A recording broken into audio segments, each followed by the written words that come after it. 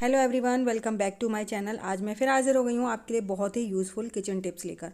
आज की टिप्स हमारी बहुत ही अमेजिंग होने वाली हैं क्योंकि हमने कबाड़ से बहुत ज़्यादा जुगाड़ किया है और अपने पैसे को भी ढेर सारा बचाया है। क्या आपने अपने पैसों को कभी धोया है?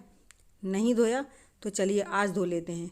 और पैसे धोने से क्या होगा और इनसे हमें क्या फ़ायदा है और क्या नुकसान है, तो चलिए वो देख लेते हैं। तो यहाँ पर मैंने एक कटोरी में ले लिया है पानी और उसमें मैंने कई जो नोट हैं हमारे उन्हें हमने पानी में डाल दिया है। और उसके बाद ना आप उन्हें मसल मसल कर उनका पूरा पानी निकाल लीजिए, है ना, किसी भी तरीके से।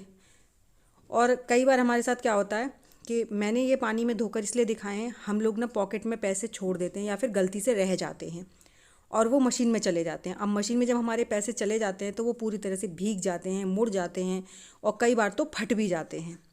तो उनको एकदम नया जैसा बनाने का ना एक बहुत ही अच्छा और एकदम सिंपल इंस्टेंट तरीका है मेरे पास।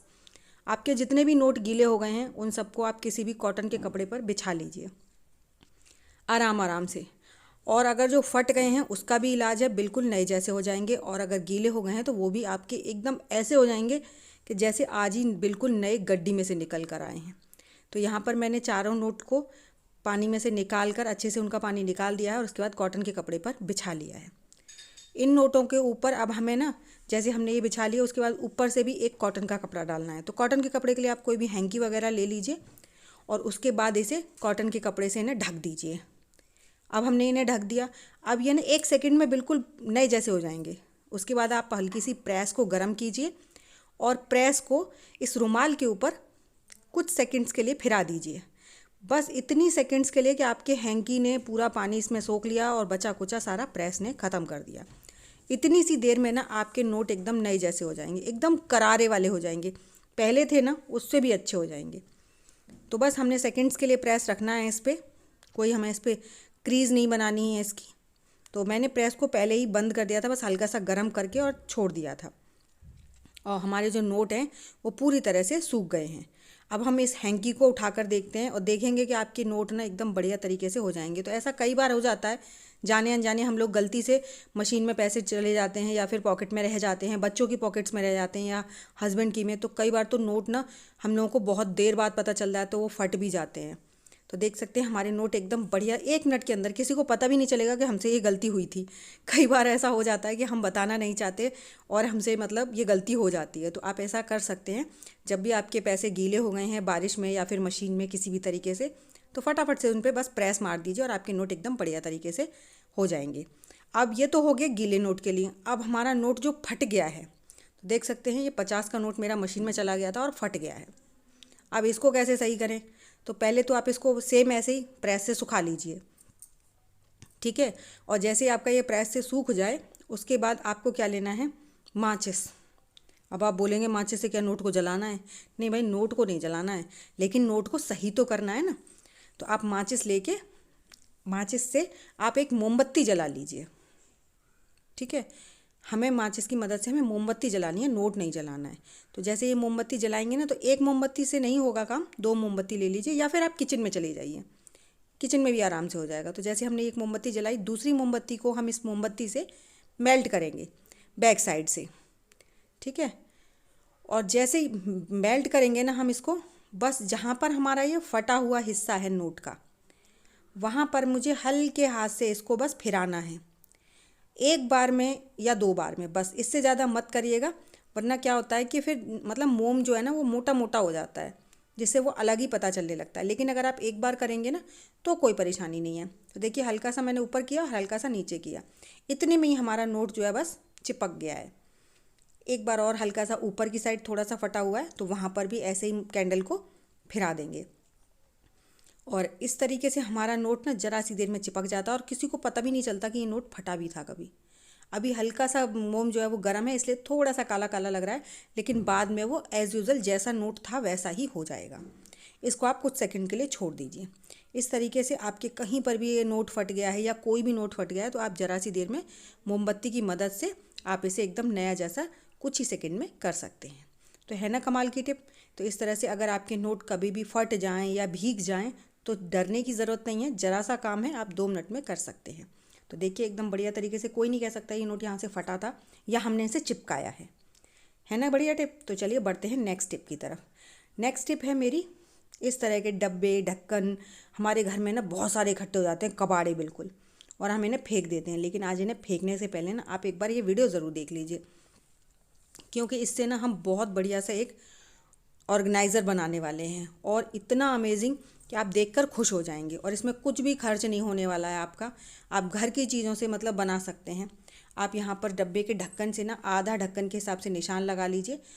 पेन थोड़ा सा फीका था इसलिए निशान ठीक से नहीं लग रहे हैं, तो मैं यहाँ पर 5 जगह पे निशान लगा लूँगी, 1-1 इंची गहरे छोटे छोटे से।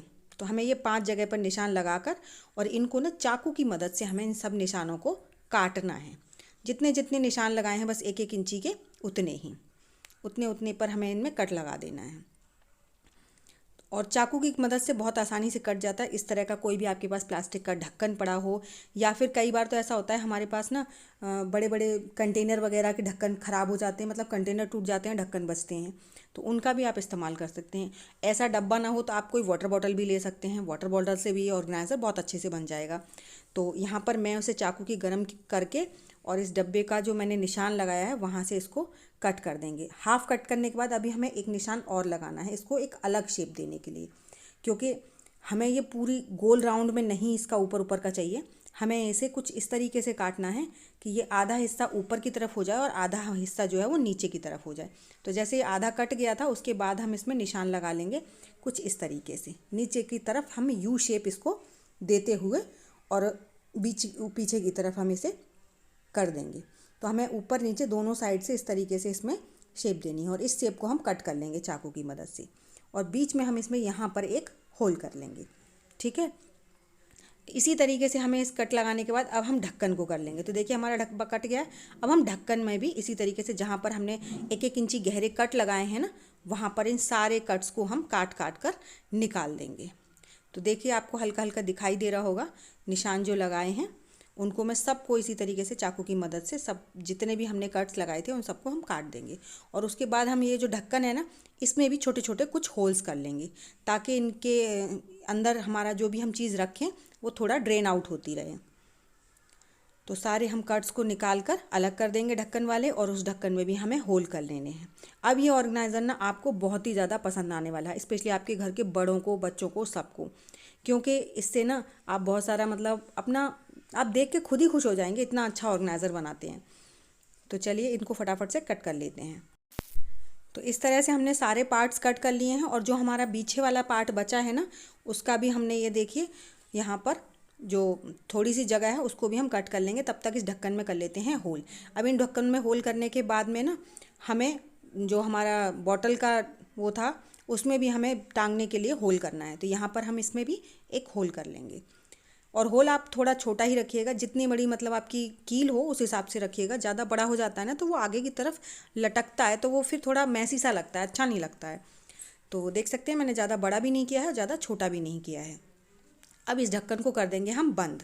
ठीक है, तो हमें इसको चिपकाना है ढक्कन के अंदर वाली साइड में, जहाँ जो ढक्कन हमने कट करी है ना, 5 पार्ट काटे हैं, उसके हमें अंदर हिस्से पे कट करना है, इसको टांगना है। तो हम क्या करेंगे, जो एक्स्ट्रा प्लास्टिक का ढक्कन का वो है ना, इसे भी हम अलग कर लेंगे, जिससे कि हमारा जो डब्बे का नीचे वाला पार्ट है वो इसमें आराम से आधा सेट हो जाए, बिल्कुल जैसे हाफ चांद की तरह हमें इसमें सेट करना है।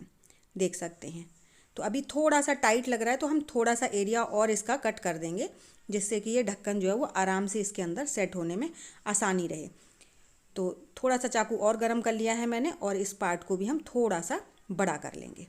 अब इसको बड़ा करने से ना हमारा क्या होगा, डब्बे का आधा सा पार्ट अंदर आ जाएगा, और जब हम इसे इस तरह से चिपकाएंगे तो ये बढ़िया तरीके से सेट हो जाएगा। तो अगर आपके पास ग्लू गन है तो आप ग्लू गन से चिपका दीजिए, नहीं तो आप इसे फेविक्विक से भी चिपका सकते हैं। तो दोनों साइड आप इसमें थोड़ा थोड़ा ग्लू लगा लीजिए, ऊपर भी और नीचे भी, दोनों साइड से लगाना है, एक साइड से नहीं लगाना है। ठीक है, तो मैंने थोड़ा बाहर की साइड लगा दिया, थोड़ा सा लगा लेंगे हम अंदर की साइड। अब इस तरीके से जब हम ग्लू लगा लेंगे तो इसी के ऊपर हमें फटाफट से ये जो ढक्कन है, जो डब्बा है, हमें आधा ढक्कन अंदर करते हुए और आधा बाहर करते हुए, क्योंकि हमने होल किए हैं ना, होल हमने इसीलिए किए हैं ताकि इसमें से पानी जो है वो नीचे निकल जाए, और आप इसे चिपका दीजिए। और जो बैक साइड में हमने ग्लू लगाया है उस पर हमने जो ढक्कन का पार्ट का कट किया था ना प्लास्टिक, उसे लगा देंगे। उससे क्या होगा, थोड़ा सा मजबूत हो जाएगा ये। अब आप इसमें थोड़ा बहुत वज़न भी रखेंगे ना तो ये ईजिली छूटने वाला नहीं है।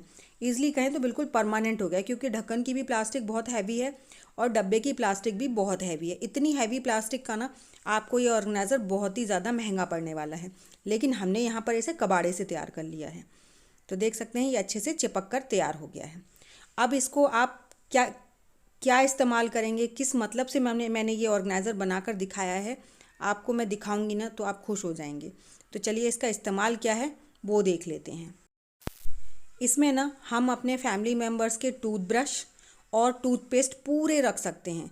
मैक्सिमम ज़्यादातर लोगों के घर में 5 मेंबर होते हैं, तो यहाँ पर हमने 5 कट लगाए थे इसीलिए। और 5 टूथब्रश जो हैं वो बहुत ईजिली इसमें आराम से टंग जाते हैं। अगर आपके घर में फैमिली मेम्बर्स ज़्यादा हैं तो थोड़ा सा ढक्कन का साइज़ बड़ा ले लीजिए, है ना। तो इस तरह से आप अपने घर में टूथ ब्रशेज़ इस तरह से रखिए। इस तरह से रखने का ना एक और फ़ायदा है, एक तो सबके ब्रशेज़ बिल्कुल अलग अलग रहते हैं, जिससे वो बहुत ज़्यादा अच्छे लगते हैं और सेफ़ भी रहते हैं, अनहाइजीनिक भी नहीं लगते हैं। किसी के टूथब्रश किसी से टच नहीं होते हैं।